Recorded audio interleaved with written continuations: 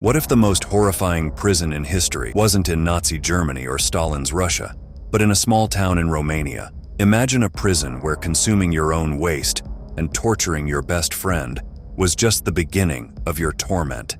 Welcome to Pitesti Prison, a nightmare you've probably never heard of until now. Can you endure watching the full story of Pitesti Prison without looking away? It was 1949 in Romania. As the Iron Curtain descended across Europe, a group of students found themselves trapped in a living hell. Their crime, daring to think differently. Their punishment, an experiment so cruel, it would push the boundaries of human endurance. Imagine being a bright young student, full of ideals and hope, suddenly snatched from the streets, accused of anti-communist activities. You find yourself in Pitesti Prison, not knowing that you're about to become part of one of the most brutal re-education programs ever conceived. The government called it re-education, but at its core, the experiment was a grim test. Could they prove that souls do not exist? That any person, no matter how strong-willed, could be crushed into a mere shell of themselves?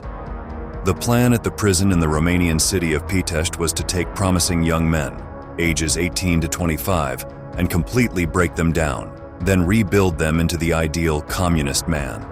This process was achieved through several harrowing steps. Incoming prisoners were handed over to a team of guards and experienced prisoners who would beat them, and occasionally kill one or two who appeared to be leaders. Then began the unmasking, in which prisoners were tortured into renouncing everything they believed. Imagine being forced to stand in front of others and denounce every core belief. I don't love my family. I don't believe in my country. Or if religious, to declare, I lied when I said I believe in God. With each word, not just your identity being torn apart, but your very soul. Some prisoners, in moments of absolute desperation, tried to end their lives by chewing through their own wrists. In response, their captors forcibly removed their teeth, making even this escape from torment impossible. At the heart of this nightmarish experiment were two chilling concepts: external unmasking and internal unmasking. External unmasking forced prisoners to reveal the most intimate details of their lives under extreme torture.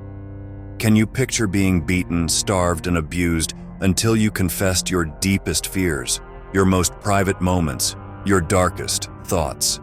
But this was just the beginning. Internal unmasking took this horror to an unimaginable level.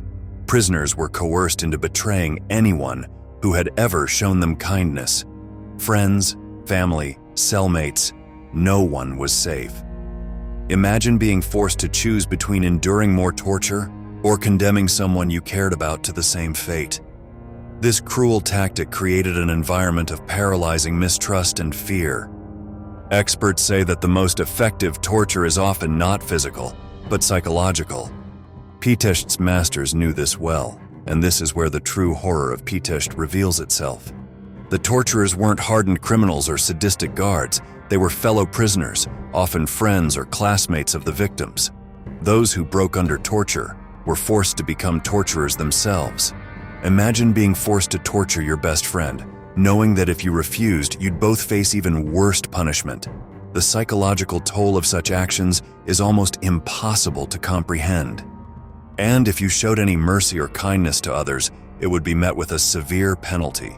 You would be thrown back to the start, forced to endure the brutal cycle of torture all over again, a fate many suffered multiple times.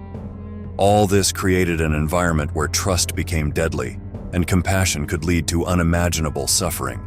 But also, the physical torture at Pitesti was beyond imagination. Prisoners were subjected to acts so vile they seem almost unbelievable. The prisoners' whole bodies were burned with cigarettes, their buttocks would begin to rot, and their skin fell off as though they suffered from leprosy. Others were forced to swallow spoons of excrement, and when they threw it back up, they were forced to eat their own vomit. This wasn't just about inflicting pain, it was about stripping away every shred of human dignity. For religious prisoners, the torment took on an even more sinister form. Christian baptism was gruesomely mocked. Guards chanted baptismal rites as buckets of urine and fecal matter were brought to the cells. The inmate's head was pushed into the raw sewage. Their head would remain submerged almost to the point of death. The head was then raised, and the inmate was allowed to breathe, only to have their head pushed back into the sewage. The psychological damage of such acts is almost impossible to comprehend. But here's where the true horror of Pitesti reveals itself. This wasn't just random cruelty. Every aspect of the torture was designed with a specific purpose: to keep victims alive, while subjecting them to continuous, extreme suffering. The goal wasn't just to break bodies, but to erase humanity itself. One survivor put it chillingly: they tried to destroy our souls. This wasn't an exaggeration. It was the very essence of the Pitesti experiment. In the words of Pitesti prison survivor, a priest named 𝐬𝐭, there was no torture, moral or physical, that was not used. To be completely naked and to be beaten and forced to submerge your head in a bucket of excrement. You cannot not imagine. Only the devil could give images like that. This wasn't just torture. The communist regime wanted to demonstrate that with enough pressure, anyone could be molded into their ideal citizen, devoid of individual thought or moral standards. And it managed to shatter many, and many didn't survive, but it couldn't really foresee the resilience of the human spirit. Despite the unimaginable horrors they faced, many of the victims emerged with something incredible: their core humanity, still intact. One survivor, 𝐸𝐭, said later, "Many of us died, many of us became mad, but in some of us the good triumphed." Father Roman Braga, another survivor, offered a perspective that challenges our understanding of human nature. When you suffer a little, you become resentful. When you suffer a lot, you forget everything, and it's easier to forgive. Can you imagine finding forgiveness in the depths of such hell? Yet they also carried deep scars, both physical and emotional. Imagine living with the knowledge that you had been forced to torture your friends, to betray your deepest convictions. How does one rebuild a life after such experiences? What's truly chilling is how little known this dark chapter of history remains. Even many Romanians are unaware of the full extent of what happened within the walls of Pitesti Prison. It's as if the experiment succeeded in its goal of erasing not just the humanity of its victims, but the very memory of its existence. The nightmare of Pitesti didn't end with a dramatic revelation or a heroic rescue. Instead, it faded away quietly, almost as if the regime hoped the world would forget. In 1952, the experiment was officially halted, but this prison still sparks debate today. For years, Pitesti Prison stood empty, but in 2014, the prison was transformed into a memorial site to finally acknowledge and honor the victims. The very rooms where prisoners were tortured now serve as spaces for reflection and remembrance. Perhaps the most poignant reminder of Pitesti's legacy is the weekly religious service held in Room 4 Hospital, once the site of the worst tortures. However, we're left with a big question.